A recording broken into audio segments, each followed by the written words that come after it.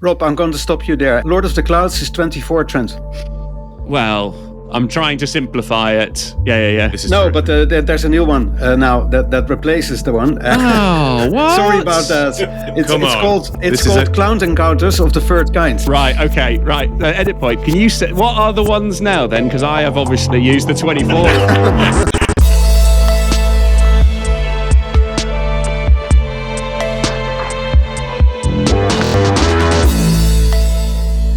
Welcome to Cloud Realties, an original podcast from Capgemini. And this week, it is that time of the year when Capgemini's TechnoVision 2025 has dropped. In the show today, we're going to be joined by some colleagues and we are going to explore the many trends and stories that lie within. I'm Dave Chapman. I'm Esmee van Giessen.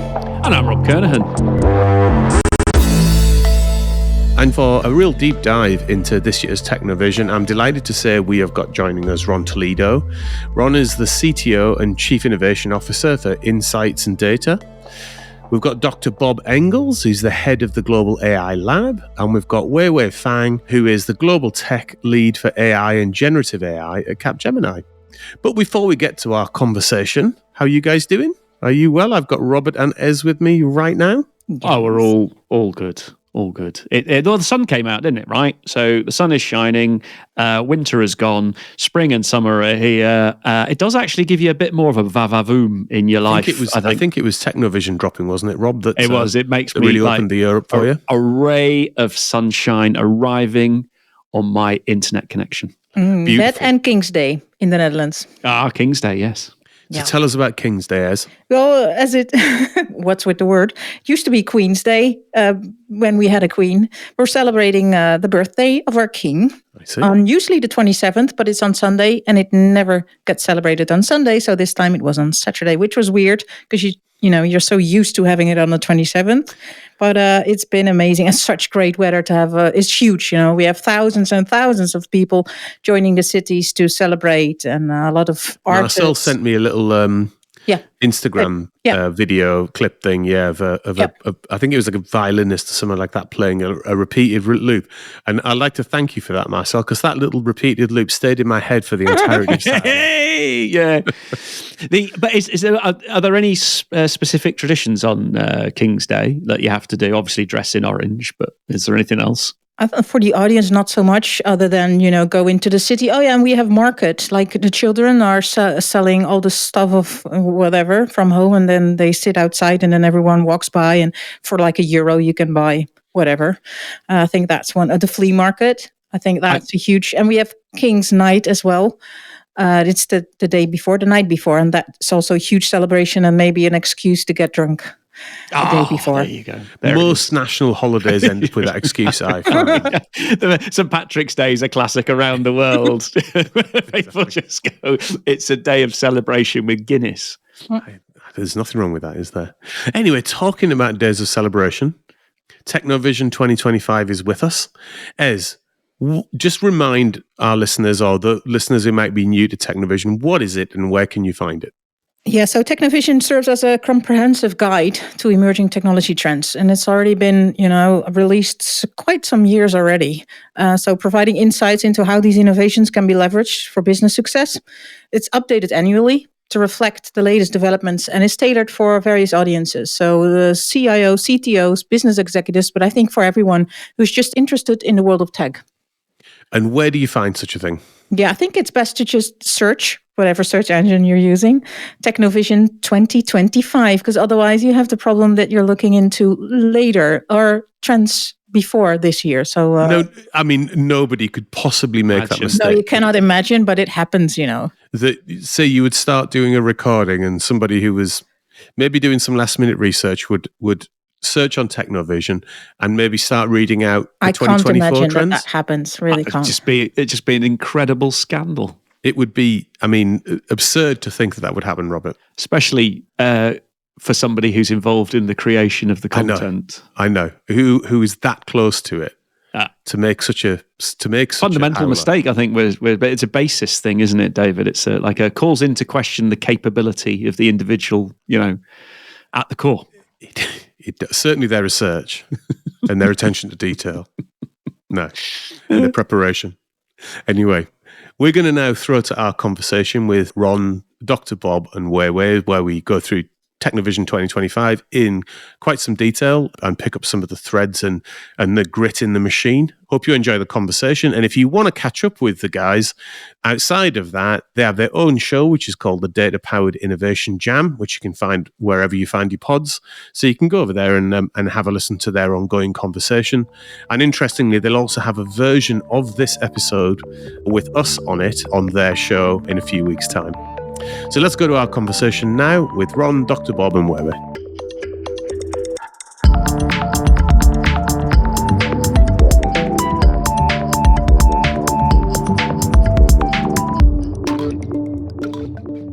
So Ron, good to see you. It has been a year, hasn't it? Indeed. Funny how time flies, you know. Yeah, no. So what have been the big headlines for you in the last year, and how have they gone into shaping this year's TechnoVision? I guess it's been quite a shaky year so far, obviously. And the fun thing is, Dave, as you may know, TechnoVision, we release it at the beginning of every year. So right. our annual trend series, we release it in January, but already around May, June. So as we speak right now, almost June, we are actually preparing already for next year. So you try to look into the future. And halfway 24, we thought this might be a very unpredictable, shaky 25 for all sorts of different, some obvious, some not so obvious reasons, both in technology, cultural, geopolitical, right. society, really. And then turned out to be pretty spot on in terms of our prediction that 25 would be a year of what we call the pendulum swing, right? We see some very wild swing movements, some very wild oscillating movements happening both in technology, but obviously also in society and in business. Right. So feels sort of, yeah, I guess we were kind of spot on with our predictions there. And that feels not good because these are strange times, but anyway, sort of felt appropriate. Well, we're gonna spend some time today, I think, sort of decomposing this year's TechnoVision. So for those that haven't read the actual structure and how TechnoVision functions, you just want to set out the structure of the piece of work. Yes, let's do that. For those who don't know TechnoVision, it consists every year again of 37 different trends, which seems like a lot.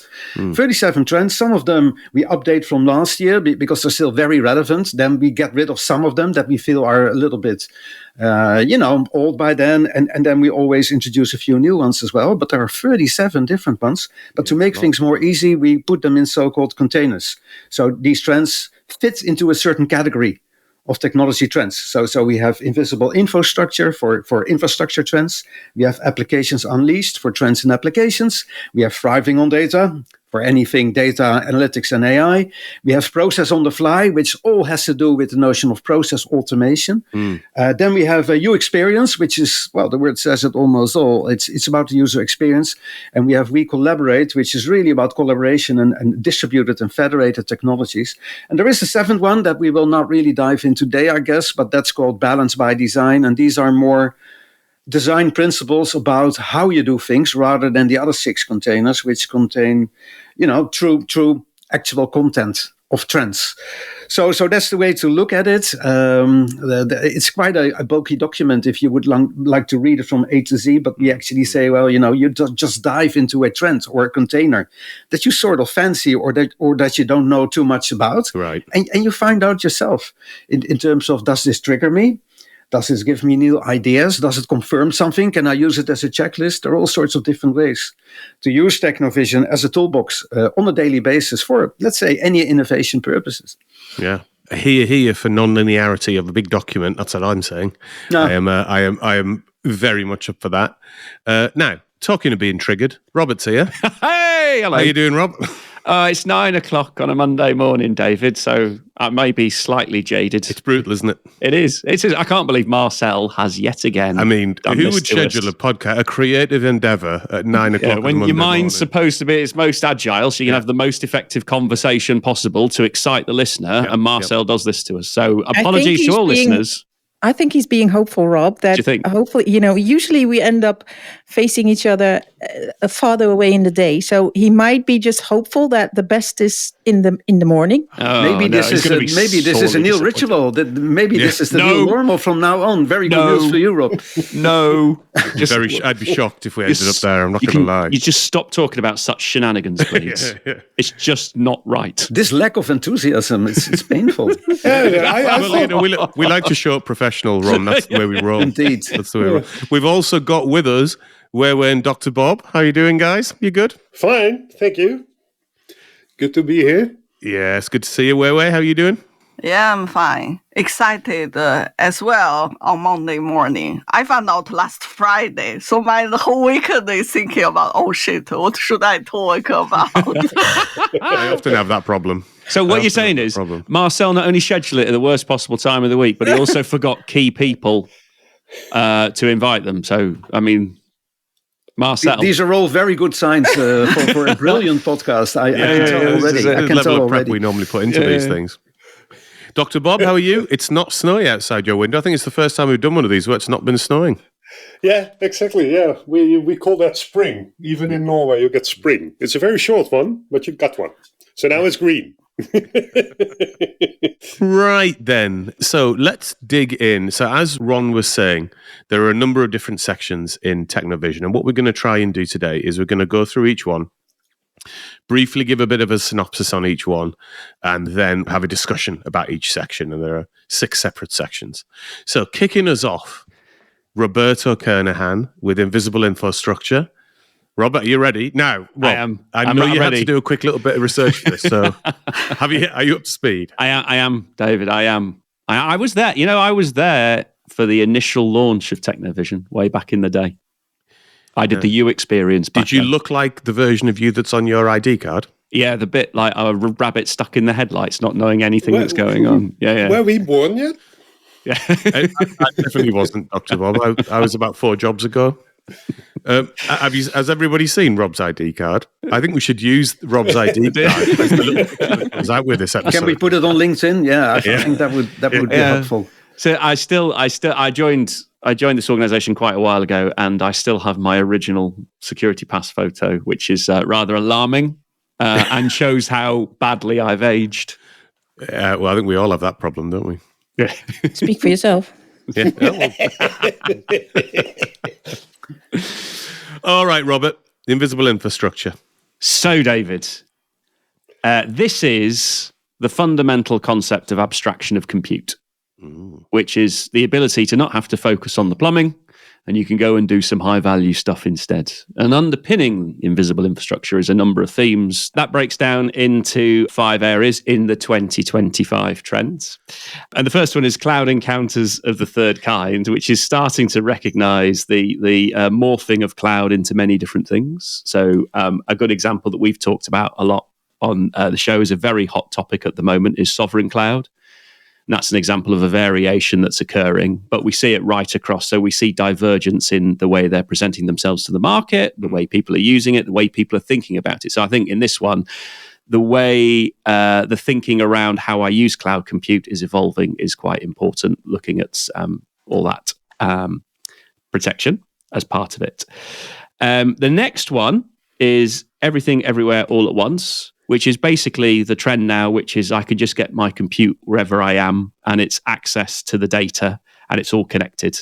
So no longer does location matter. It's just, I can get to it. That last mile connectivity drive, the ability to access is key. And that's creating all sorts of new capabilities where I don't have to worry about location. I can just get my compute as I need it and access to my data, etc. The next one is Ops AI did it again. And this is about basically the massive drive for good automation in the platform in an intelligent way so that we're able to not have to worry about the plumbing or have to think about the toil, and we can just get on with the value creation. So that's quite key. And we see a huge amount of sophistication rising in the market associated with this. So it continues. And in fact, I know your favorite, Dave, agentic as an example, agents being able to operate and act in higher order functions around that and such like is sure we'll come back to that, Rob. I'm sure we will. Forward, yep. Yeah. The next one is simply the edge, so the ability to compute where you need it again. So that is, we see a big rise in edge compute. We see that in various shapes and sizes. And again, going back to how the hyperscalers are presenting themselves to market, they all have a different edge strategy and how it plays out. So we have lots of choice there, but I can compute near where I've collected the data. That's much more efficient, and I ship the answer back as opposed to trying to centralize everything. So this rise of distributed compute is continuing to move on up. And the last one is OK Compute with a Q. And this is all about the rise of quantum and organic computing, which is the stray away from digital, which is quite exciting. We've had a few episodes again on that around the power of it and the massive parallelism and the ability to solve incredibly complicated problems very quickly. And we see the qubits rising in this area, and we see people getting much better with error correction. So that basically is invisible infrastructure. So those themes break it down, but you get I'll go back to the start, which is abstraction of complexity to allow me to get on with the higher order, high value things that I'm concerned about. Well, thanks for kicking us off, Rob. You made that look easy. I did, didn't I? If only they unveil the curtain, the secrets will be revealed. There'll be another edit of this show where it maybe didn't go as smoothly as we might have hoped. Well, we'll see. It will be a long outtake show, that, wouldn't it? Exactly. So, look, I think a pretty good summary, Ron, of the compute and infrastructural situation there, where kind of I'm seeing geopolitical effects on the centralization of the cloud and organizations like the hyperscalers in particular creating really strong responses to that and creating distributed cloud situation. The bringing in of quantum to supplement digital platforms rather than replace digital platforms, I think it's creating an exciting future. Well, indeed, and particularly the last one, this OK Compute, is very interesting because you see a revolution going on in the way we look at compute.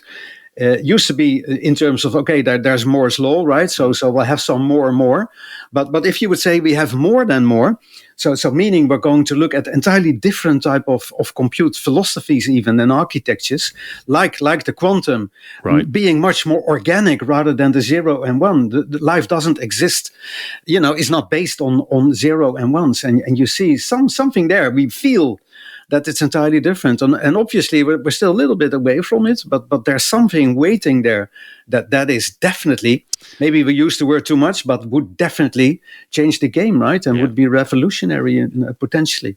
And I think there's that bit when we've discussed quantum before, which is it will be digital and quantum together. Quantum computing does not replace digital, because ask a quantum computer to do 2 + 2, it's very inefficient, but ask it to solve the position of a molecule and it's incredibly efficient, and it can solve all sorts of things for farming and whatnot else. So it's that fusion that will occur, which will be quite key to get right. The other aspect, and I think, Ron, your point there, which is quantum really does feel like a next level technology coming along. It's something that IT do quite a lot, and I'm slightly embarrassed by, which is the new thing is always the next big thing, blah, blah, blah, blah, blah. Precisely. But I think this time around, there are two things and a convergence element that make it almost unknowable, like the convergence of quantum and AI in the next 5 years or so, let's say. It might be 3 years, it might be 7 years, but it is within the decade, those two things converging and creating like unknowable futures, isn't it?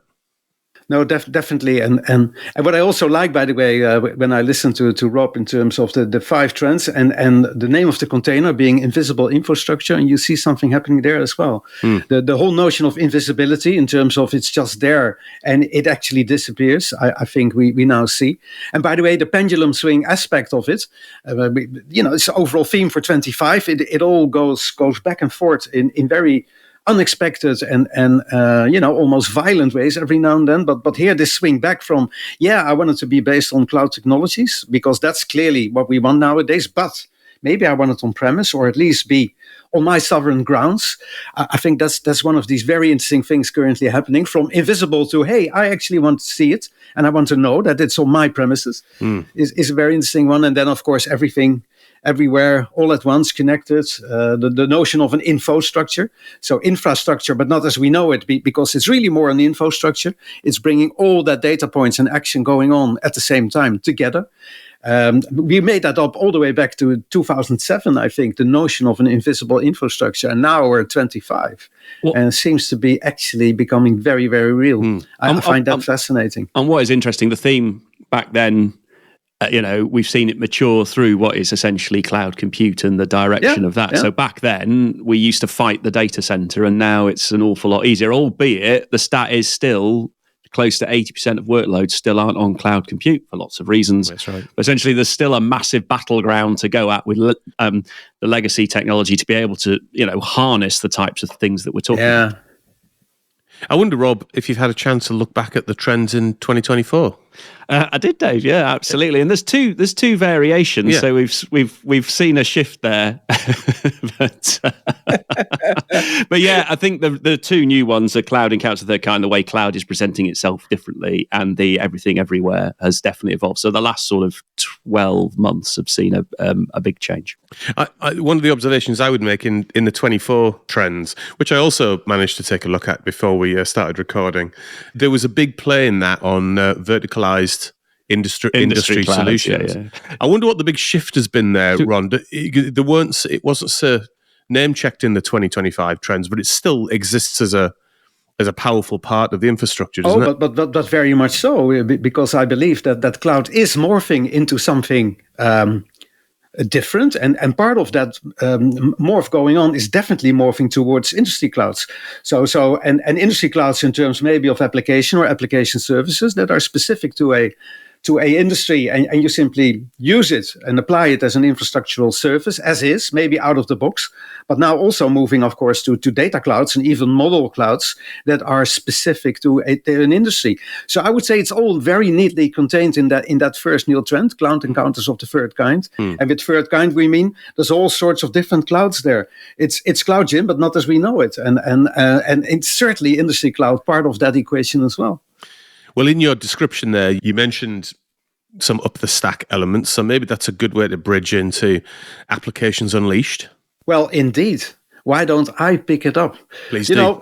Some people think you're an Insights and Data, Capgemini's Insights and Data global practice, you're CTO there, so probably all data and AI for you. Actually, not my background originally.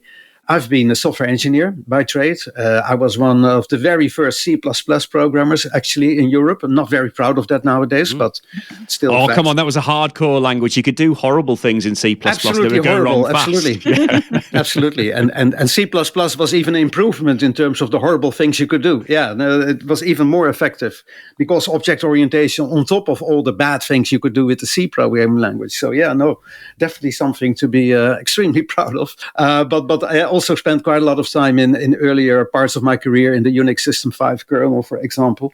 So I've always really felt, on top of course, feeling at home in data analytics and AI, also felt very much at home in software engineering. So I like to pick up the Applications Unleashed container.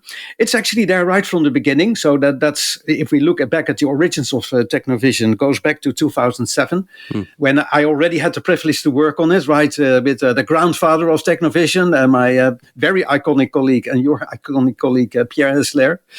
And when we gave that name to that container, Applications Unleashed, we felt there's two different things to it. Because first of all, there's a whole new generation of application services. And nowadays, I would say also AI-enabled and containing AI that are simply waiting to be unleashed so that we can leverage them to the full extent. But also there's a notion of unleashing in terms of we want to liberate ourselves from the existing technology debt, or if you like, applications debt or application sprawl. We already discussed legacy, also in infrastructure, it's the same in applications. Right. So we want to do all of these new things, but we have a growing legacy, both negative and positive, by the way. We have that underneath. So that's very interesting currently going on in applications. There are, of course, 5 trends in this container as well. One of them is already a classic there, which we call Honey, I Shrunk the Applications, which is all about shrinking the applications landscape. So it does include also sanitizing the applications landscape and get rid of very infrastructure heavy application services, for example, and replace them, modernize them, for example, with microservices. We have one that we call Little Green App, which is particularly to the Dutch people quite of a joke, a little green app. But this is also this is all about creating application services that are not only effective but also green and sustainable. So you re-engineer them to be more sustainable, use less energy, maybe produce less waste in the end. And we had a trend last year, which is called Chat is the New Super App, in which we said, of course, well, user interfaces of applications may not look any more like they used to do, because now we have front ends, large language model, generative AI-based conversational front ends, and that's actually the face of the application potentially in the near future. So we had that one, Chat is the New Super App. And now we have one that I think is already existing, but extremely interesting, and that is what we call When Code Goes No, and that is as in knowledge. Used to be called When Code Goes Low, so this was about low and no code. But nowadays, of course, there's a lot of interest in using AI to sort of augment us and help us in coding. And by the way, When Code Goes No is very difficult to pronounce. We have some British guys here today, but you know this British comedian, Michael McIntyre? Oh, yes. Yeah. My wife found out about him as well. And ever since then, every day she's playing the same clip, which is about Silent Letter Day. If you've heard of it, the English language is in a way is pretty straightforward, but on the other hand has a lot of silent letters. So these are letters that are not pronounced. So they are simply useless in the word. And for some reason, the British choose not to pronounce them. Yeah, we love it. We love it like that. It just adds an extra frisson of confusion. Yeah. But I mean, knowledge. If you would pronounce it like it's supposed to be, it would be knowledge or something, right? Yep. And so Michael McIntyre proposed a silent letter day. So we would have a day in the year, and we would pronounce everything like we would. So this trend, When Code Goes No, would actually then pronounce as When Code Go as Kno. But it's interesting. We don't have that problem, by the way, in the Dutch language, in which we simply pronounce these letters for some reason. But we're just simple people, probably, in terms of language. Unabashed pronunciation of letters. For the popularity of English, I think it's a cruel language to have to learn because of all the things you say. There's even more like it's like the line, all the faith he had no effect. And that is a valid English sentence. But if you're trying to learn that as a non-native speaker, that is a nightmare. But it is a big topic nowadays. If we talk about trends with our clients in applications, the topic that comes up most is, let's say, AI-enabled coding. And it's interesting. Just last week, we had Eric Schmidt, who is a former CEO of Google, right? And he very recently said most programmers will be replaced by AI within a year or so. That's literally what he said. Although he said some human oversight will still be needed. Well, I would say no freaking kidding, Eric. Human in the loop.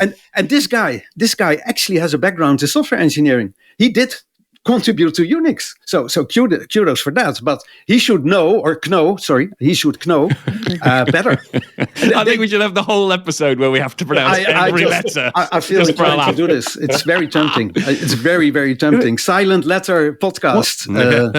But one of the things you talk about there, and it's that thing about low code, right? Never really took off. And just as it might have been rising, then AI romped over the rails and just squashed it. And it's now never going to be a thing. You know what? I've got a guess at that. Go on then. Which is like low code made sense to technical people. It made no sense to non-technical people. So you still had to engage.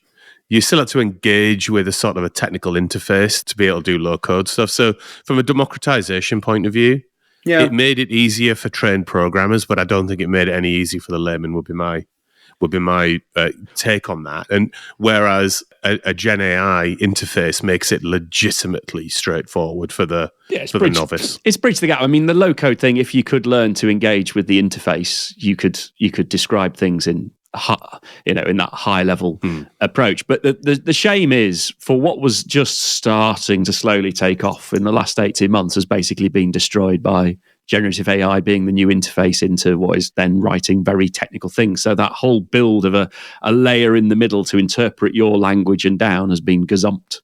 I wonder if there's layer of traditional app erosion happening as a result of Gen AI. And Ron, I wonder if you looked at this when you were doing this year's work, which is a large number of business applications have traditionally had process built into them, and actually the way that it broadly functioned and whether it made an organization more effective is it locked in a process with the supporting structured data set and allowed consolidation to happen around that.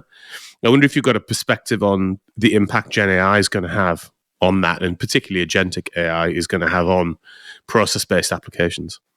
Well, I'm pretty sure we'll be back on process-based applications soon, because there's another container in TechnoVision, which is called Process on the Fly, and it's very much all over what we would nowadays call agentic AI, by the way.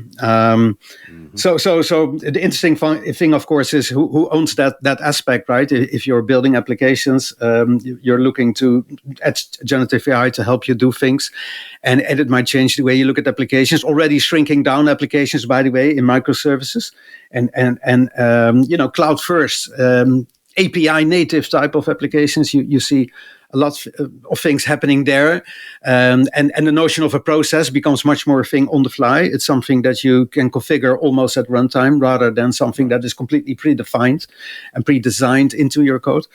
So I think we see a lot of things changing there for software engineers, application builders. And personally, by the way, to get back at this discussion, there's a lot of talk nowadays about vibe coding.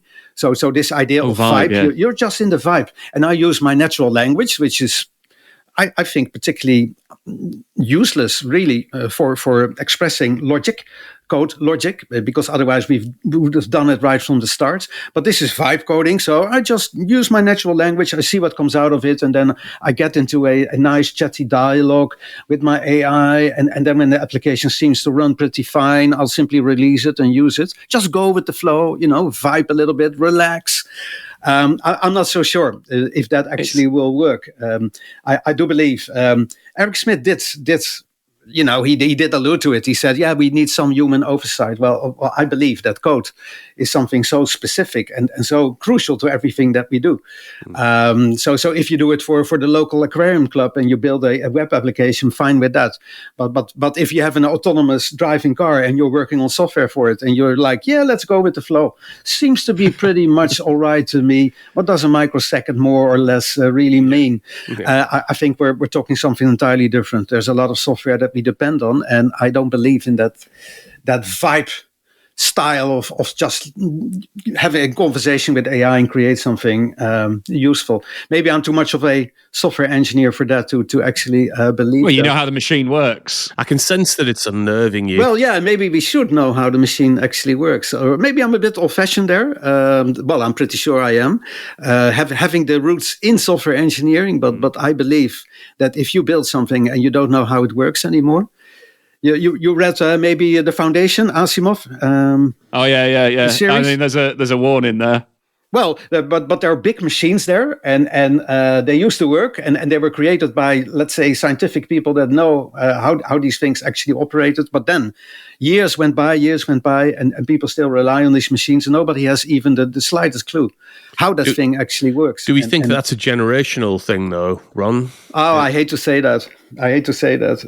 But if you're long enough in this business, obviously you start to see patterns repeat themselves, and then you become a little bit cynical about it in terms of, oh, well, are you now finding about APIs and standards, open standards for agents calling to each other and accessing legacy applications, for example, like MCP protocol, for example? I'm like, yeah, that sounds like reinventing the wheel, and maybe I've seen it even a couple of times in my professional career. But yeah, that's probably what you call a generational gap. But I would hate the idea of having a generation that simply does not know what's happening under the hood. Frankly, I don't like the idea.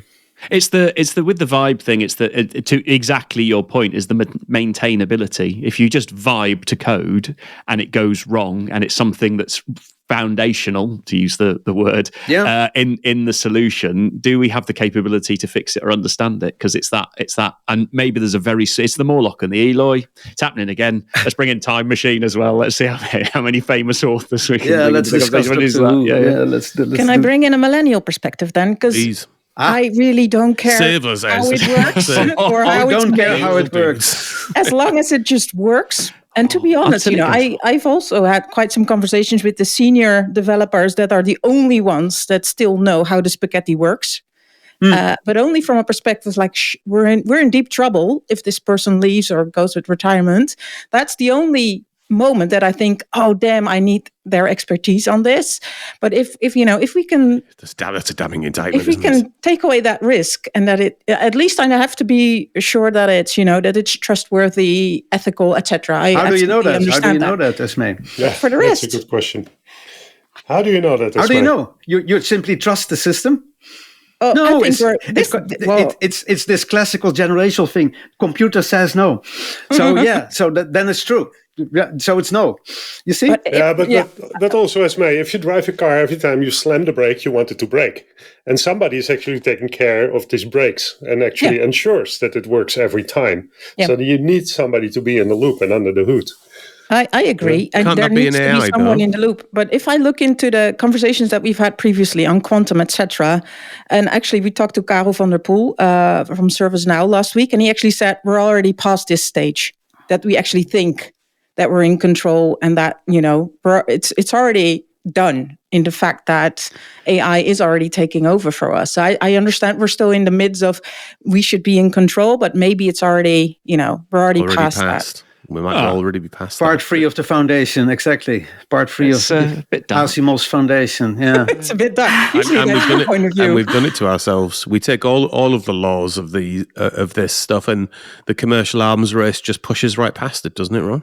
It's funny that somebody from ServiceNow would say that, by the way, Esmee. We happen to have had a conversation with a technical guy from ServiceNow as well. And actually, they are champions in being in control, because they have all their guardrails, they have all their rule-based automation, Absolutely. They have their scripted bots. They understand what it takes to actually have a deterministic answer in a certain chain of activities in order to guarantee an outcome. And now, of course, they add large language models to it, probabilistic engines that sort of might be right.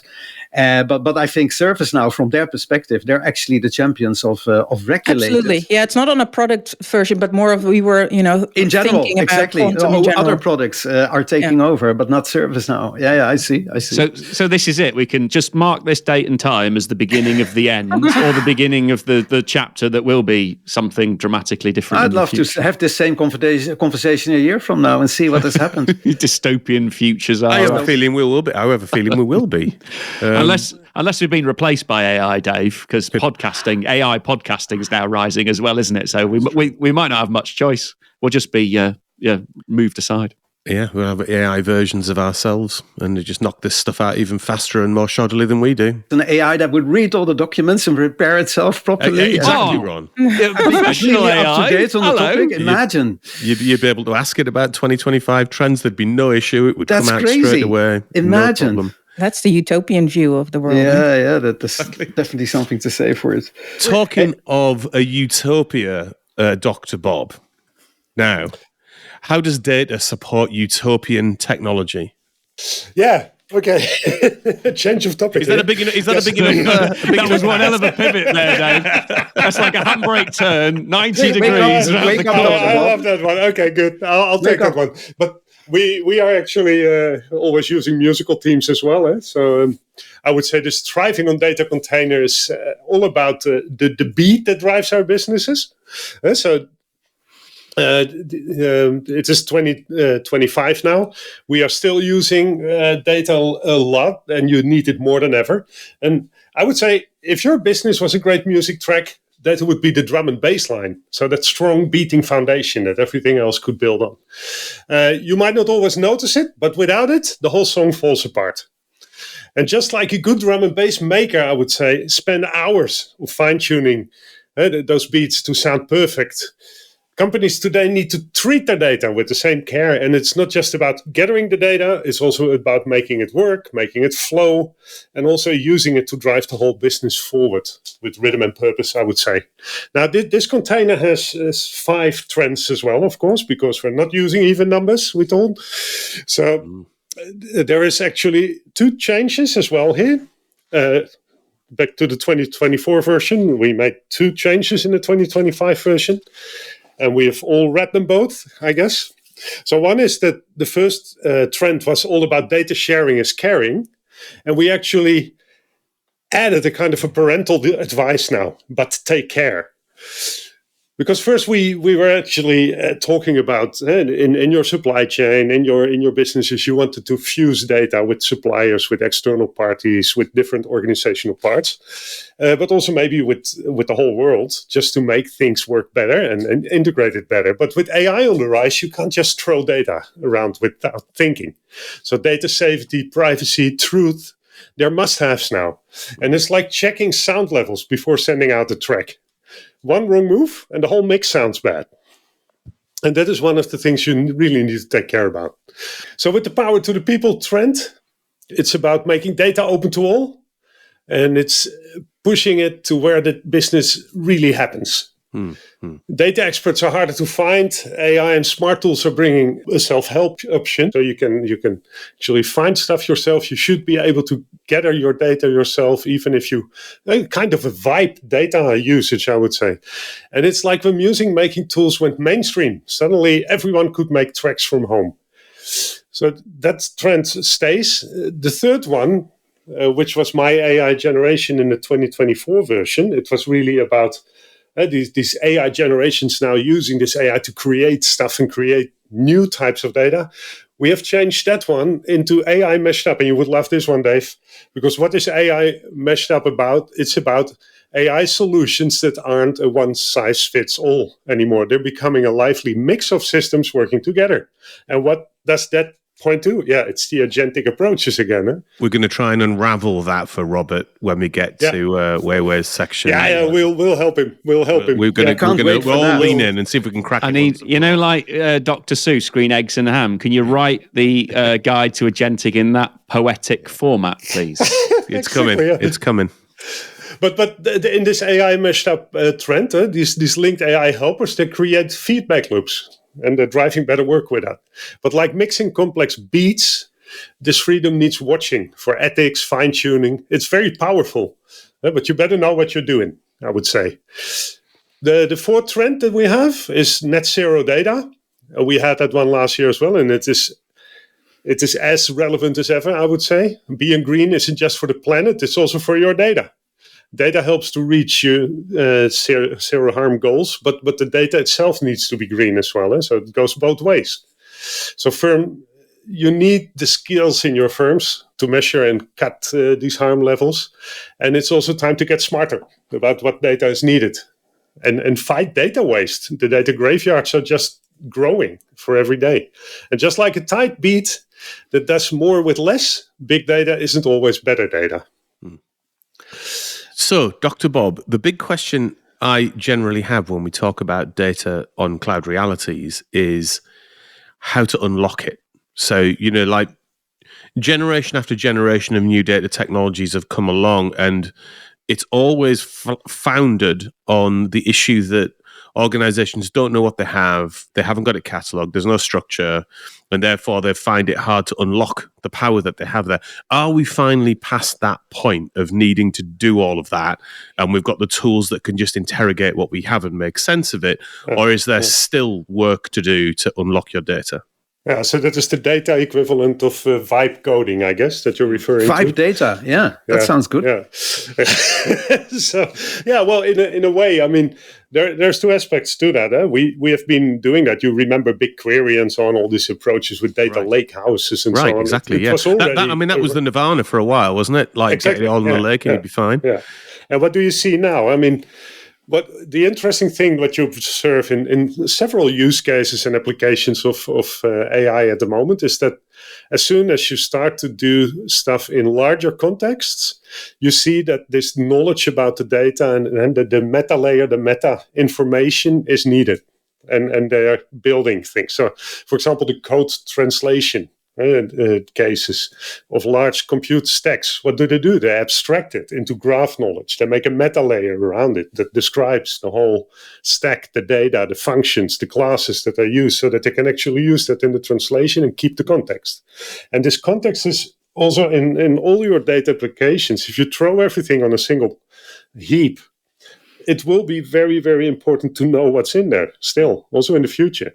And these technologies can help us in different ways, I'm sure. But you need to keep that meta level somewhere. And these models don't have it in them yet. They're not abstracting. And yet sense. Again, I think we are facing the same type of dilemma, right? In terms of, it seems so easy now to talk to my data, because that's literally what some providers are actually suggesting. I can talk to my data, I just open up my data sources and I'll get something out of it. And again, you could say I'm getting in this completely relaxed mode in terms of I use natural language and I'll get out of it what I want, and I trust that. Versus, I understand the data, I understand the sources, I understand their qualities, some of them high, other low. I appreciate that, I master that, I see through that, and that makes me trust or trust less whatever I get out of that data. And I think we're sort of at the same level there currently, Robert. It's really a matter of a balance act currently in terms of it's so much easier now to get access to data, but also probably much easier to get deceived by it and making some wrong decisions because it looks so good and it looks so thorough and it looks so complete. And there is another aspect to it. I mean, the very observative listeners have heard that I only had 4 trends yet. So there is a 5th trend called the thing with data. And this thing with data is really about everything that is running on the edge that turn plain things into smart assets. So that is really this data at the edge, and what can you do with it? We have spoken about it before. This trend is also about that. Things are this whole web of things is changing gear. It's going faster and faster, and we need to get a much better compute on the edge, like we said before, to actually transform that data into objects that are more aggregated and that are more pre-processed maybe even, and shared. But also that throwing just that into the equation needs much more knowledge about what it is that you get into your ecosystem. So you throw something that is pre-processed in your ecosystem and you're running it. It needs to come with some kind of metadata. You cannot just expect that it will work by itself and magically fits together. So there is definitely work ahead on all things data, and I don't really think and don't see that data is going to be less important.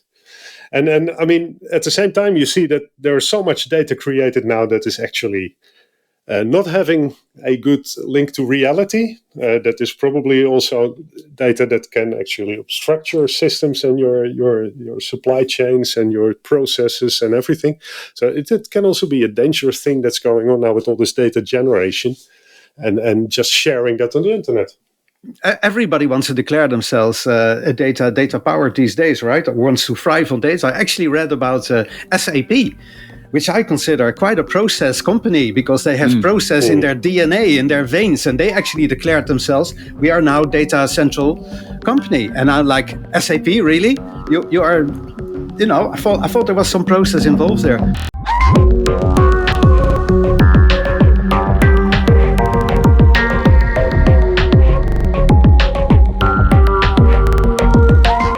That neatly, completely coincidentally brings us to the next container as well, which is called Process on the Fly. And I've always seen it coming from the TechnoVision core, the foundations. I've always seen thriving on data and process on the fly as some sort of a digital spine. So at the foundation, you have applications and infrastructure that make things work and tick. And then in the middle, you have the stuff that dreams are made of, right? That sort of provide the new digital capabilities. And we discuss data and AI, and obviously it's everywhere. But for a long time, its twin sister, Process on the Fly, which is all about process automation, was sort of underestimated. And that is not so much the case nowadays anymore, because a lot of people would argue that that's talking about SAP, process company, but maybe the future of agentic AI, which also to your point, Dave, seems to be so much more about process actually than intelligence, if you like, or maybe the combination of it. Seems to be more and more relevant. And that brings us, I think, to this container. And we have nobody less than Weiwei Feng to comment a bit more on the Process on the Fly container. Yes. So this container have, if you look at, there's two keywords, process, on flight. But if you look at process, you can actually treat everything as process. It's connected human data and external system. Operate machine could be a process, or HR hire process, the organization, how it works, the electricity distribution. On fly means depend on the previous condition, and it dynamically routing to the next process, not the sequentially. But if you look at RPA, they actually embedding some process on flight. Then you think about what's the difference. Because if you look at the RPA, it's because the human and the computer can't communicate fluently. So they need to hardly translate some condition computer can understand. Then they can rotate based on those conditions. The things they can't rotate, it's human decided. I look at what I have. I decide what the next process I will run. So that's how it's running today.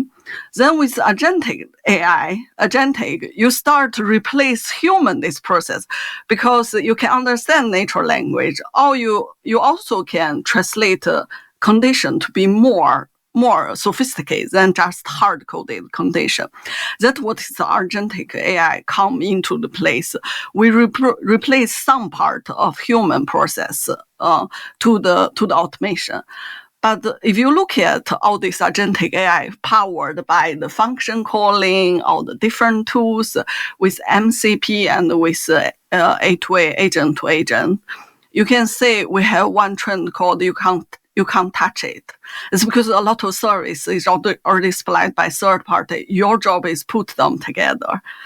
And this another trend is microservice magic. I think microservice make it MCP model context protocol and 8-way make it much more easier to integrate third parties tools, third party open source tools. Everything can be dynamically integrated and easily change. Because this world is not static. It's changing every day. You could change the database, you need to change the tools. You could change your process, you need automatically shift around. However, with all this in the process, we can't leave the human. We can't say we completely replace the human with the agent. That's why human should be in the loop. Our third trend is control out human. So human is in the central. It's not means human is, human make a decision orchestrator. I think it means human is in this key decision position. It could be a manager, it's an agent, but human is inside in this key decision making process. But automation is not staying this level. If you think about currently large language model, large function model, mimic human, those tasks are roughly easy to decide it. If I make that, if income is ask me about financial data, I know that I need retrieving from SQL. If other queries I might from other database, I might how to do the sum. It's roughly easy. Next level will be much more difficult. Human can't do it. So as large language model can't do it. If you think about all the process of like robotic, how it work, manufacturing, how to optimize that process, human really can't do this comprehensive optimization. Then the next trend is a whole lot of fusion. We start fusion this digital twins to collect all the data for current stage. We create virtual twin to simulate all this process. With these two in place, we actually can use reinforcement learning, like human play games, try to find the best optimized way, optimize the action for the next stage. Those will also put in place. Not even we can achieve it. Then everything put together, it's an autonomous enterprise, but that's not enough. If you think you put everything in place, everything seems to work fine, we lack one really key things to think about, how you manage this. As a tools, you need to manage the tools, how it change. As agent, you need to manage the agent, how it change. As a team working together with human agent, you need to manage this contract between the communication. And as the performance, you need to manage how the performance really connect with business KPIs back to how each tools agent working on this process to achieve that. And you can't forget cost sustainability. And the most key factor is you can't forget the time, because everything is change. So you need to manage everything together with the change. So that's our last trend, autonomous enterprise. So there's a lot in There's a that, lot, yeah. I think it's fair to say. Thanks so much. And by now, I think we can conclude that process on the fly is no longer that completely unknown container, almost like a silent letter. We have a silent container, and nobody actually appreciated or understood it. And I think nowadays, we can safely say that's no longer the case. I mean, it seems to me like the world of process and the way that we handled process in compute is about to be turned completely on its head, isn't it? We used to have layered architectures with structured data and fairly hard-coded process, for want of a better expression, or at least firmly set out process that then everybody converged around. It feels like that the need to do that is disappearing, isn't it? And then it's just a matter of understanding how an organization can cope with dynamic process. Exactly, process on the fly, which was the initial vision of it. And maybe at 2007, we were a little bit too early maybe with anticipating that, but it's definitely happening nowadays. I do think we need a different approach, by the way. Indeed, you need to look at process, something that you can actually configure and tailor and improve on the fly, and AI augmented as well. At the same time, talking about repeating patterns, actually, just a few days ago, I saw somebody with quite esteemed in the professional community. He said, with agents and now taking care of process automation, the way you should do it is look at processes and see what is human that can be automated. Literally what he said. And I'm like, yeah, that sounds like 1965 or something. When we looked at the same way at using what we at that time called, by the way, the profession we called automation, not IT or anything, or digital transformation. We said, well, we're in the business of automation. So we're looking at manual processes, see the human part of it, and try to automate that. And frankly, sometimes I have the feeling that we're reinventing that brilliant idea nowadays as well, with agentic AI coming up as such a powerful force in the whole, let's say, process realm. Well, sometimes it takes technology a little bit of time to catch up to an idea, and then there's an adoption lag between the technology innovating to the right point and then organizationally us catching up to it. Now, in Cloud Realities, at the beginning of every show, Rob's generally confused about something, and we try to unpick it for him. Now, one of the ongoing confusions for Rob, and where you might be able to help Rob with this, is the difference between RPA and agentic AI when it comes to process automation. So is there any chance you can try and unpick it for Robert so he can get his head around it? I will try, but I think it's for the same problem, you solve in different way. Then, of course, agentics, it's more dynamic. And RPA is more like hard-coded, like I said. But I really don't think you replace one by another, or you must be binary truth. Because in this process, some node, we really need to be more deterministic than dynamic. For example, if I say, I have met a airfly company. They ask me, can I use large language model to dynamic scheduling flight? I said, no, you can't do that. That need deterministic. We make sure that disaster not happen. Then the second, make sure that we try to be optimized.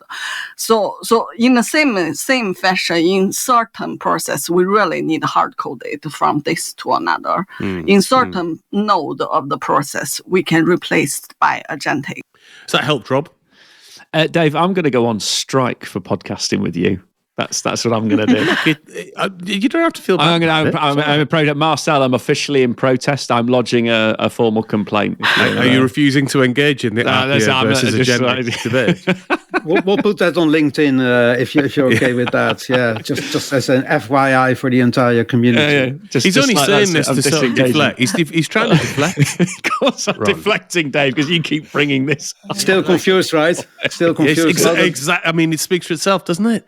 Every podcast needs a red thread. So that's there you right. go. This continuous, no, but it is a very good point, which is the high agency agentic is going to shift the dial quite a lot. But to your point, Dave, the ability for us to understand its potential, the ability for the technology to be there, and then the adoption lag, we're going to see that before it really properly kicks in. But yeah, you can see. We discussed it at Google Next with the maturity of the technology, the A2A protocol and things like this starting to rise, where we're starting to see more open standards about how these things can interact, come together. And then Carol from the podcast we did recently around actually it's not agent to agent as much as it might be a blur of functionality and then an intra or inter type communication, like a mesh, really. Mesh. And that is our philosophy of a mesh, which contains of many different components, sort of opportunistically working together to achieve a certain objective. And some of these elements would be very, deterministic and based on plain, well-defined logic with a guaranteed outcome. And others would be more vibing with the flow. But I'm not sure if we will have a vibing enterprise anytime soon. I'm not sure if I was entering into a very significant process that might affect me as a human or my family's outcome or something, and to know that it had been vibed through. That might not fill me with confidence. Last generation thinking, exactly. Robert. But I always confuse with, I always thinking about why we always mimic robot agent with human capability. And we thought that is because we are limited. I was thinking in the future, I could just explore all the available tools and dynamically compose the things I can do instead of every agent have its capability.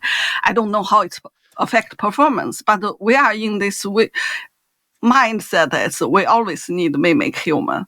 And we didn't think about that in this process, a lot of things can cut off just because we don't need to mimic human. Exactly. And RPA, by the way, is also mimicking humans for your information, Rob. RPA is actually looking at human work, but it's human labor behind screens.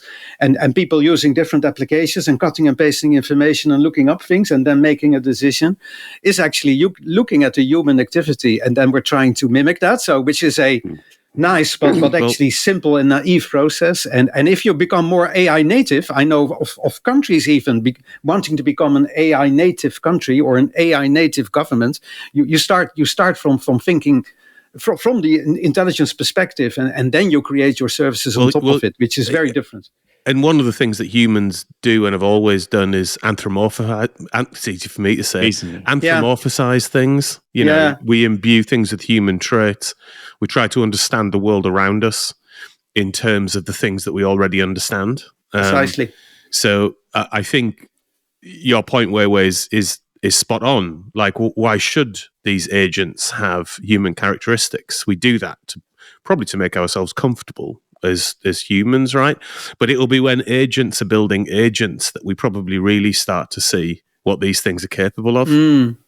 Or agents collaborating with agents, for that matter, Dave. And again, purely coincidentally, that brings us on the topic of the next container, which is called We Collaborate. And as I said, we have invisible infrastructure and applications as the foundation to any, let's say, IT or digital landscape. We have these twins of thriving on data and process on the fly. Now, on top of that, we work together. And it's not only people, by the way, working together, but maybe also people and AI agents working together, or even maybe a collaborative network of AI agents achieving something.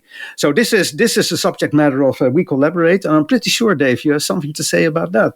I've got a few things. I've got 5 things, in fact. So so We Collaborate. This is the subject of the expanding nature and possibilities of collaboration, from organizations moving from rigid hierarchies to different ways of working and dynamic reconfiguration, There's elements around hybrid work and the individual and what the individual can do, both themselves with new collaboration technologies, but also interacting with artificial intelligence and what that layer of hybrid work begins to look like. So let's just run through a few of the trends that are picked out in this space. The first thing is decentralized identity. So how in a world of these ultra complex interactions and multiple layers of systems do you retain a secure and understood and sovereign presence within that world? The second, we've already touched on this. It's bubbled to the top in a number of different areas, and it's almost certain to define the year ahead, I think, which is agentic alliance. So what I find very, very interesting about it is the thing we just touched on there at the end of Weiwei's section, which is the notion of agents working with agents and dynamically reconfiguring processes, both intra-organization but also inter-organization. Like what that's going to do with things like supply chains and reinvention of what businesses do is going to be like fascinating to watch. The notion of human in the loop remains important there. At least we think it does, and at least we think we have the lean in on that situation. Who knows, though? Maybe to Esmee's point earlier on, the time might have already passed. Us humans haven't noticed it. Then we have synergy, and synergy squared, I think, is the section. Now, this is about modern ways of working. So COVID obviously opened up this notion of hybrid work. Most organizations in the world of COVID put in new platforms that allowed very real-time collaboration. That's maturing now. We're seeing organizations doing different things with hybrid working and remote working, but the possibility remains the same. You can pretty much work from anywhere and be connected from anywhere. Equally, AI co-pilots have been built into that experience. So now it's not just you, but it's you, kind of exponentially empowered by co-pilots supporting those conversations, noting those conversations, driving action off the back. And eventually, of course, that will be action orientation. You'll be able to ask agents to do things on your behalf. And, it will be genuinely a human AI hybrid situation. We've covered this a little bit, and Ron certainly talked about it, but mesh business, like adaptive businesses, both in terms of how an organization within its own right operates. At the moment, we understand business in terms of hierarchical structure, which effectively came from military way of structuring ourselves as human beings. Well, actually, businesses don't have to be organized like that. Startups often are not organized like that. They're much more fluid, with individuals having multiple different roles. You don't have to be boxed into just one particular role, particularly if AI is supporting everything you do. You're almost an expert in everything as long as you can leverage it correctly. And then expand that out to the business itself. So how might a business become much more of an adaptive creature? And then how that works in ecosystem with other businesses. And if you then bring, agent-to-agent alliance into the middle of that, and Rob talked about agent-to-agent protocol, you've got businesses that will potentially overlap and then break apart again, and then overlap and break apart again, as various different responses to what's going on in the market are required. And then finally, the economy of things, and what this means in terms of the creation of new opportunity. So, Ron, what do you think about all that? This to me feels like we might see businesses completely change shape in future. And of course, we said that in the past. This changes everything, and we use a disruptive word, of course, more than once in a few years back. But I do guess that there's something happening here which I find fascinating, and particularly the mesh. So I like this notion of your business is a mesh, not to be pronounced in the wrong way, by the way. Not entirely sure with silent letters there, but anyway, your business is a mesh. And the thing there is of course, it comes from network meshes, right? So it actually comes from very much a technology-driven type of environment. And later on, we got the application meshes. So we got the service mesh. Then, of course, us data people, we like to talk about data mesh these days quite a lot. So data is not on one central place, owned by central people, and you have to pass them, but actually it's everywhere. and it's connected in all sorts of different opportunistic, difficult to predict ways. And of course, and then with AI happening the same. And as a result, in the end, the way we look at business, both processes, but also doing business in general, turns out to be a bit of a mesh as well. Well, what it seems to me is when tech organizations have called this sort of thing out in the past, the technology may or may not have been there. And I would probably argue that it's sort of been there-ish for the last few years, but it's really only the last 18 months or so that this technology is emergent in a way that would really allow this to happen. The thing I think that will get in the way of it again this time around is a human adoption lag. So it's one thing to envision a thing where organizations become kind of much more organism-like and can move around and reshape themselves. It's quite something else to then try and execute that in the real world. I definitely believe that the trend is right in the sense of all of the possibilities are going to be there, but I wonder what the adoption lag is going to look like. And when will it actually happen? I can vividly remember a keynote speech I did a year ago or something for a Dutch governmental organization, which shall not be named over here. But I actually was talking about a lights out version of their organization to come in a few years. I said, imagine, we just state our objectives and an agent-driven mesh of components will do it for us and will dynamically optimize the results so that the citizens of this country are served at the highest level and in a very effective way, because budgets and everything, it's under pressure.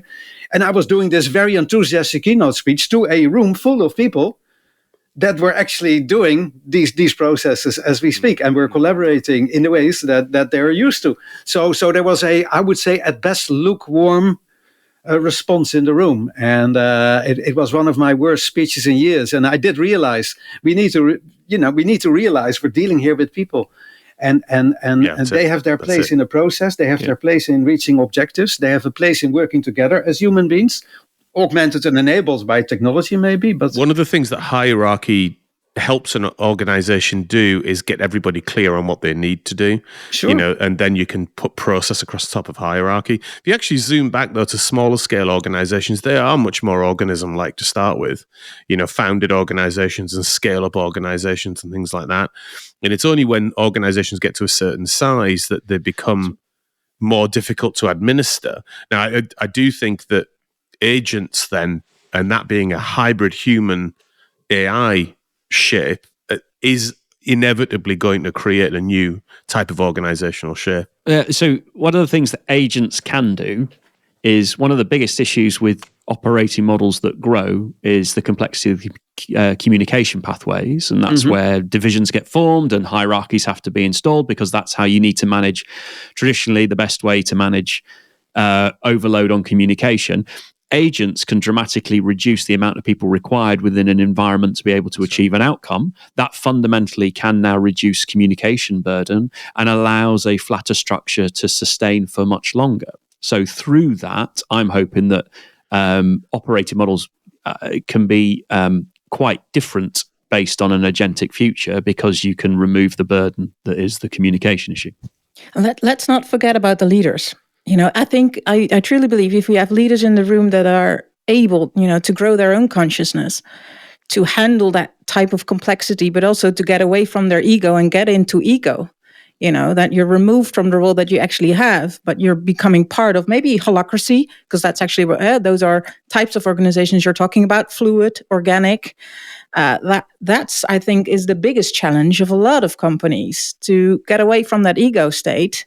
To be able to comprehend the complexity, or I don't know if it's the complexity, but the level that we're now talking about in the world of quantum.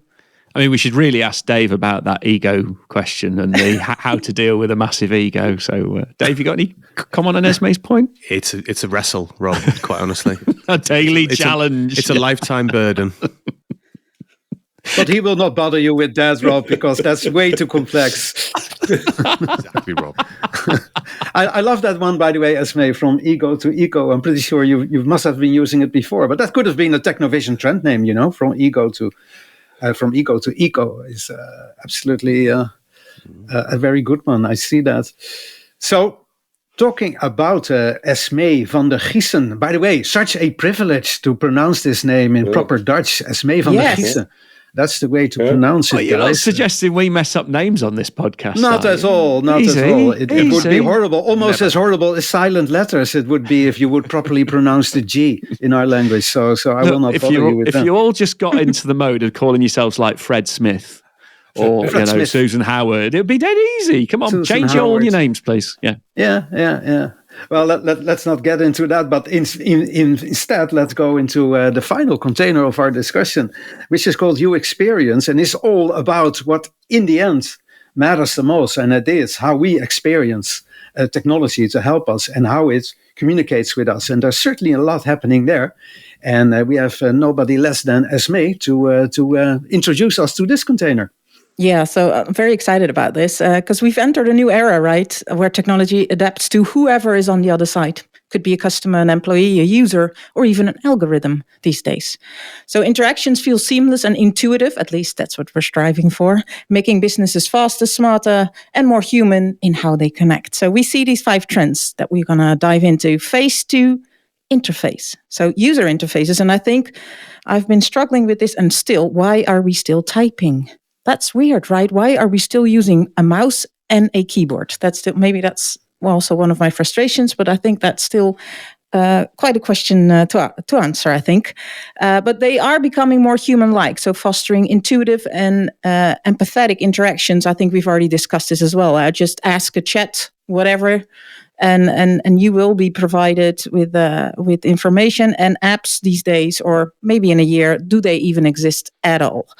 So AI-driven agents now converse, collaborate, and connect with users, transforming complex experiences into seamless human-centric engagements. Feels like a long shot from today, to be honest, but that's where we're heading towards. Second trend, you're something spatial. 3D technologies, the convergence of digital and physical realms through spatial computing, digital twins, revolutionizing user experiences. So these innovations enable immersive, context-aware interactions across various sectors, from healthcare to smart cities. And I think these are also things that we see a lot during all the events throughout the year. So much interactions. And actually, we saw a flying car also. I don't know if that's really spatial, but it felt quite spatial when Marcel showed a video of that, because it's still one of Dave's biggest frustrations.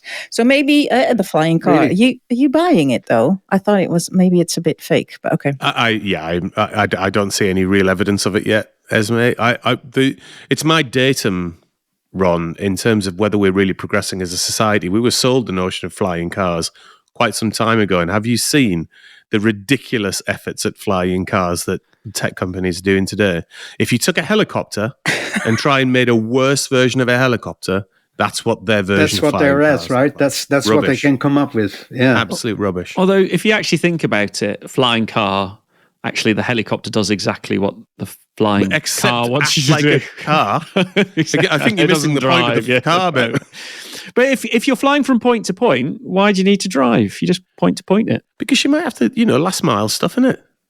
Yeah, I guess you are right. Parachutes are for. Yeah. No, let's go on to the third one. I can sense there's an ocean of hurt here somewhere. But ocean of hurt was a great phrase. Yeah, it's more. Okay, the third trend: Internet of Twins. So digital twins, virtual replicas of physical assets, are becoming integral in simulating, monitoring, and optimizing processes in real time. And this trend, obviously, we've already discussed as well in processes. This trend enhances decision-making, efficiency, and sustainability across industries, making our life a lot easier. And I think this is also a topic that we see a lot in customer conversations these days. It wasn't, like 2-3 years ago, digital twin, what is that? And I think we're talking about that commonly every day. So I think that's good. Fourth trend, I feel for you. And this is something that I'm very curious about. When you look into the marketing sphere as well, as technology is increasingly capable of recognizing and responding to human emotions. By integrating emotional intelligence into AI, businesses can create more personalized and empathetic user experience in strengthening customer relationships. And this is something I'm very curious and I want to tap into, because at what point is this going to be manipulation or not? Or isn't marketing always manipulation? That's maybe even a bigger question. But I think that's if it's really becoming ultra hyper-personalization, tapping into social and emotional states of a human being. Who's checking that?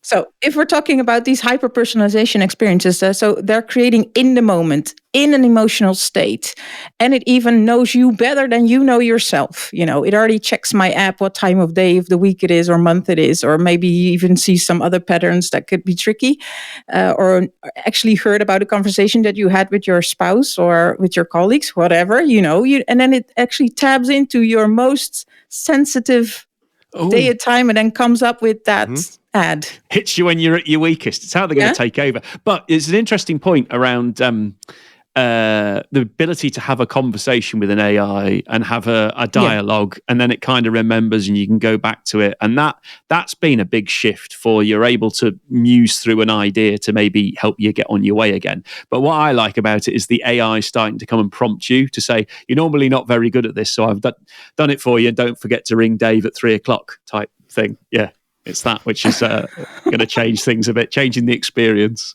Yeah, I think it also taps into the fifth and final trend, no experience. The aim is to make technology interaction so seamlessly that they become virtually invisible by minimizing user effort and streamlining, just about everything. That's the aim or the higher cause. Is it? I'm not sure. I really like what Weiwei said. Maybe it's going to help us be more human, to not mimic what we do, but actually help us become more human as we are, maybe more connected to nature even, or I don't know what way we're heading to. But I think it's far beyond that we can ever imagine.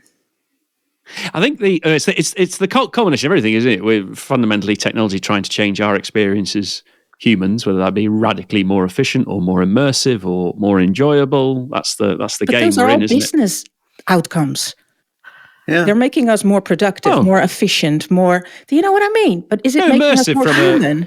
Films and music and all that sort of stuff, and just an easier way of life or a more fun way of life. It doesn't need to be a human interface, though, does it? It doesn't need to be a human-like interface, as you suggested, Esmee. So we're humans, and Weiwei suggested as well. It makes us more human.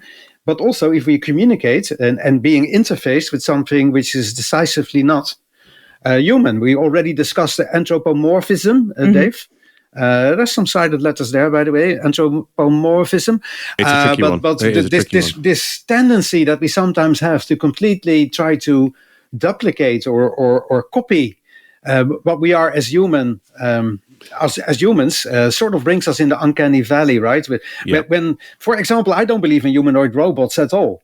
Some of my colleagues are very convinced of it. That we are entering the era of humanoid robots. But I actually think that robots that are more like R2-D2, right? Yes. Or anything like that much more feels as a robotic companion to us, augmenting us, feels much more somehow accessible and better than to have a humanoid Elon Musk built humanoid robot next to you, which simply feels in the end uncanny and will never accept it, just like virtual reality.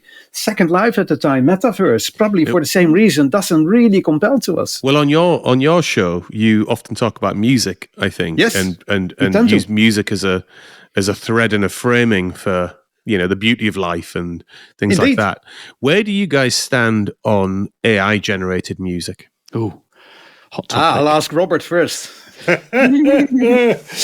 Well, we have actually my son is a composer, and he uses a lot of digital equipment, and he with his friends are remotely online composing music together. They also tried the AI generated music, human in the loop though. So they tried to combine with it. In the end, after 2 weeks, they gave up. They said it is not showing the same warmth and heartfelt rhythm as a music is emotion, and you feel there is no emotion in it. That's what they said. Right. Of course, you can generate music very quickly, and it's easy for background music in a restaurant where you don't have to play licenses. It works well, but don't try to recreate Eric Satie or something with it. It will not work. Is that a maturity point of the technology, though? Maybe. Radically. Radical change the last 18 months. Play it forward 5-10 years. I mean, Rob, one of the things with AI, and I think we see that in all the generated stuff at the moment, is really emotion. So we have a human emotion, and that is a part of the context that is not modeled in these AI models at the moment. It is simply not there, and sometimes it captures something, but it's not the same. You notice as a human being that part of the context is missing. And I think that is maybe a maturity question, if we can manage to actually bring that part of the context to these systems. But at the moment, we don't really see much evidence of it. And why don't we bring it back to the original thing that Weiwei mentioned as well? Maybe AI makes us feel more human, or at least makes us more aware what we are as humans. And I think as a musician, I've used it for several times. And by the way, that idea of a tape that is being generated and follows the vibe in a restaurant during the entire course of the evening. And it changes sort of mood when it detects what's happening, but also the hour of the dinner, and it would adjust itself to it. Had that already for quite a few years, but didn't turn out at that time, to your point, Rob, it wasn't good enough in terms of technology. Nowadays, I think we probably could pull that off. And so I'm sharing this for free with the entire community. But having said that, it will also make us more realize, if we make music, which is such a thing coming from the soul, I believe, and we're using their language, which is not a language with silent letters, but something that expresses ourselves in ways that sometimes language cannot. I think that will even make us more realize what makes us human in creating that. And maybe it's democratizing music a little bit. You would have a brilliant idea, and now you can use technology to fill it in. I cannot sing, for example, which I can really assure you is the case. I cannot sing, and I do compose every now and then a few things, and then I do use AI nowadays to get a beautiful voice, sort of like filling in a few things that I could never do myself. And again, it's augmentation. It's helping us to also cope with our own, let's say, inabilities to do things. And in my case, clearly cannot sing. I have another perspective. I always think what's a different. It's a human history. It's maybe our culture, our science, everything, music, emergent because we are divergent from each other. We are different. So if AI encourage this divergence, maybe AI create music some people like, some people don't like. If this encourage this divergence, we might jointly develop to something really fabulous. But my worry is AI start encouraging convergence. So if make all humans think same, all humans like same, all humans do same thing, that will be biggest problem. I feel like it doesn't really matter whether it is true music, true art. It's this divergence. It's actually. Well, look, on that note, let's bring our conversation today to a little bit of a conclusion. It's obviously been extremely wide-ranging. Thank you, everybody, for your contributions to that, and Ron bringing TechnoVision to us again this year. Now, very briefly, there is a next section, isn't there, in TechnoVision, which is called Balance by Design. We're not going to cover that in detail today, but you want to give us like a 30-second overview of what that might be?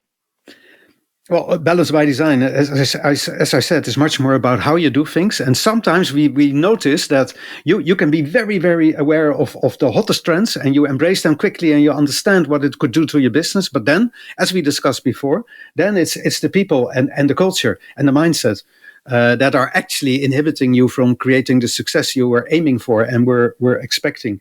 So balance by design, with its 7 design principles, always has been very instrumental to it. We've put in some more focus, as you can imagine, in balance by design on the human versus, let's say, machine equation, because the whole notion of the pendulum swing and how to deal with that. And also, by the way, we touched on it just now, this idea of when we use this next wave of technology to actually create not only, let's say, better versions of ourselves, but particularly also of our planet, and actually see it as a reiteration, a next look, then we're really well on our way. And that's a new design principle that we added to balance by design.